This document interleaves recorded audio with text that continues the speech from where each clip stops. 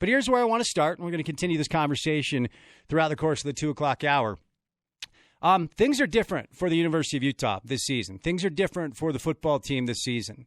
And it is really, in my estimation, it started last year when you heard news that not one, not two, not three, not four, but 5 or 6 different guys who could have left for the NFL decided to come back as a group to do something special this year, okay? And we knew that if these guys came back, Utah would be different this year. Utah would be special this year. It could be a different season. Okay, so all of us locally that know Kyle Whittingham, that know Morgan Scalley, that know that coaching staff, and then saw the personnel that was coming back for Coach Witt, we knew that this season could be special. But what started to change the narrative is when the national college football analysts started to jump along for the ride as well, and not just the folks that cover the Pac-12. You know, as much as I love Yogi Roth loves every team in the Pac-12, and we love that about Yogi. We love his attitude. If you're a fan of a certain team and Yogi Roth comes on a radio station in your hometown, you're going to listen to that interview, and then afterwards you're going to believe that your team's going to win the Natty, okay? And that's what we love about Yogi Roth. He is a really positive guy when it comes to Pac-12 teams. And same thing with anybody else who's on the Pac-12 network. Their job is to sell you Pac-12 football. Okay, so you started to hear some Pac-12 analysts say, I think the University of Utah can be special this year. Well, then what happened is the Lee Corsos of the world and the Joel Klatz of the world and some national college football analysts started to look at Salt Lake City and started to look here up on campus and said, wait a second, these boys are serious. This is different. This is not just a University of Utah football team who may be able to compete. This is not just a University of Utah football team that has now proven it belongs in the Pac-12 conference. This football team is good enough to go win the damn thing, the whole thing, not just the South. And then after that, if the dominoes fall in their direction, heaven forbid, the University of Utah could be one of the final 4 teams in the college football playoff. Okay, it was no longer just local media saying that. It was no longer Pac-12 analysts saying that. It was national college football voices and analysts, and we've had a lot on our show and on the station. Phil Steele, Ian Fitzsimmons.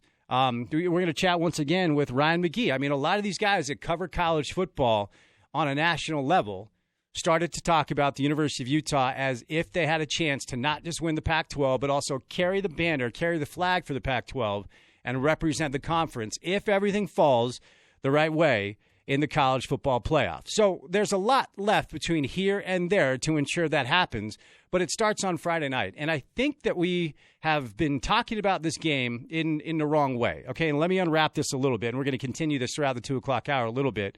I want to get JP's thoughts as well. So if we operate off the assumption that everything that the analysts say about the University of Utah is true, meaning, okay, probably the best team in the Pac-12. Some people will say adamantly the best team of the Pac-12. Combine that with some of the banner teams and schools in the Pac-12 being down a little bit. David Shaw doesn't have the team that he typically has. I think Washington is good, but Chris Peterson doesn't have the team he typically has. We know what's going on with the L.A. schools, USC and UCLA. And I think Herm Edwards is a guy that can get more out of ASU, but he's early on in that process. And then some of the scheduling where you avoid some of the schools that typically are banner schools for the Pac-12, okay? So you combine the fact that Utah is talented, they're well-coached, they're deep. It's no longer just the ones that can compete. The 2s and the 3s look the part as well. Combine that with the scheduling and the fact that the conference isn't necessarily as strong as it typically is. It all lines up perfectly for a University of Utah Pac-12 title, okay? And then when you look at it beyond that, if certain things fall into place, certainly if the Utes are undefeated, but let's just operate off the assumption that they're going to lose a game because running through a Pac-12 schedule with road games, certainly up in Seattle in November where it's going to be cold, and Chris Peterson is going to have his team ready to play. If Utah remains unscathed, they're certainly getting the invite. But even with one loss, if certain things fall Utah's way, they have a chance to reach the college football playoff. So if we operate off the assumption that all that is true, we can't talk about this game on Friday night as a possibility. We have to talk about this game on Friday night as a definite step in the right direction and not, okay, Utah can go show well and maybe come away with a win.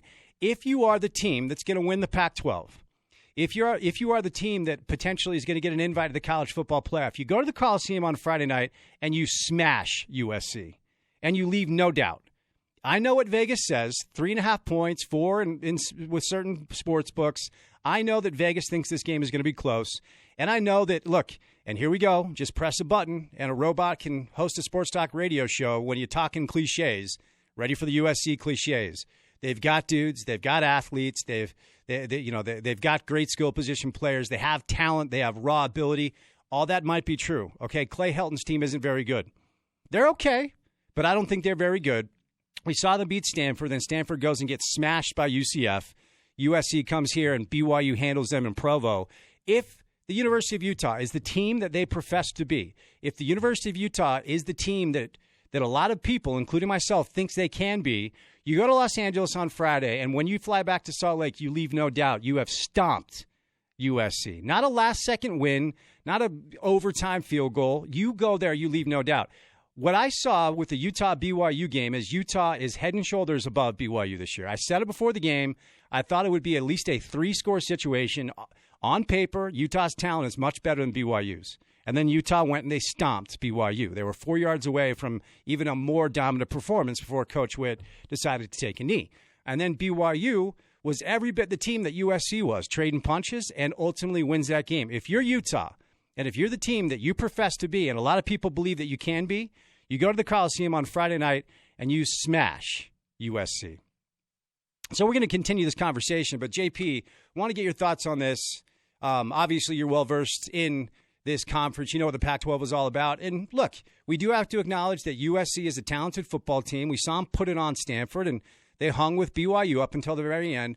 But if Utah, if the coaching staff, if the players, if they are truly the team that they profess to be, and everybody thinks they can be, let's not have Utah lose to a brand on Friday night. They're a better team than USC. Go to the Coliseum and handle your business. I agree, and I'm getting towards the point where I think that this should also be the case when you go up to Washington against Seattle. If you are leagues ahead in this entire Pac-12, you can beat Chris Peterson and that team because that team isn't as talented as the squad that they brought in last year with Myles Gaskin and Jake Browning. They don't have the experience. They don't have all the necessary parts to win a Pac-12. Utah has Tyler Huntley back, Lucky Fotu, Bradley and Tyler Huntley. All those guys should amount to being much better than everybody else in this conference. And if you're looking at this game at the Coliseum against a team that may have the cliche USC talent because you could throw a golf ball off the USC campus and hit 100 recruits within your radius who are 4 or 5-star guys, if Utah walks in there, they already have the edge in the coaching department because Clay Helton and that staff does not look capable at what they're doing. And Utah, they have all of that shored up with what they've got on their coaching staff and an offensive coordinator to boot that appears to be heading this program in the right direction. Like for instance, I'm just kind of tired of either turning on the radio or checking social media or watching some of these shows where everybody talks about this game on Friday with a tremendous amount of trepidation. I understand why Morgan Scalley has to talk that way and Kyle Whittingham has to talk that way and Zach Moss, who we had on the show yesterday. I understand why the players and coaches need to talk that way. When it comes to coach speak and player speak, you don't want anything you said ending up on the bulletin board of the USC locker room. I understand it.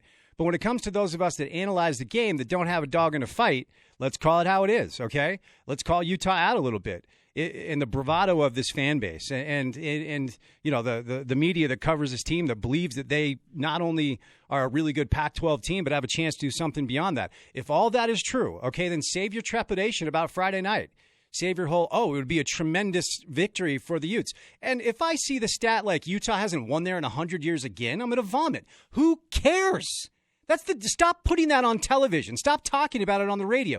That has literally nothing to do with what's going to happen on Friday. You haven't won there in a century. Well, first of all, how many games have been played there? And how many games under circumstances like this have been played there? It is the dumbest thing in the world to talk about the fact that it's like Utah is going to battle to do something that is insurmountable. It's a football game. Stop talking about it like it's World War II. And they're not taking on O.J. Simpson. They're not taking on the past USC teams. They're taking on the one with Keaton Slovis, a freshman quarterback. They're taking on the one that has a defense that got battered by Zach Wilson. They're taking on a wide receiving core that is led by Michael Pittman, who has the drive bump. Friend of the program, and one guy that is performing well, and an offensive coordinator that apparently is battling over the play calling with his head coach and Clay Helton. That's the USC team that they're playing. The mess that is USC athletics. Let's call it how it is. If Utah loses on Friday, it's an unmitigated disaster and a failure with the way everybody's talking about this team and the way everybody's talking about what Utah can do.